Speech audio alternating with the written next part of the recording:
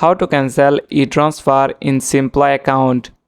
To cancel an Interact e-transfer in your Simplii account, follow these steps.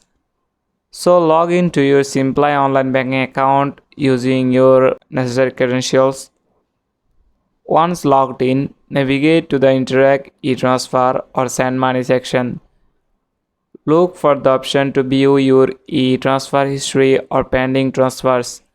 Find the specific e-transfer you want to cancel from the list of pending transactions. Click on the e-transfer to select it. Look for the option to cancel the e-transfer and click on it. Confirm the cancellation by following the on-screen prompts and providing any necessary information.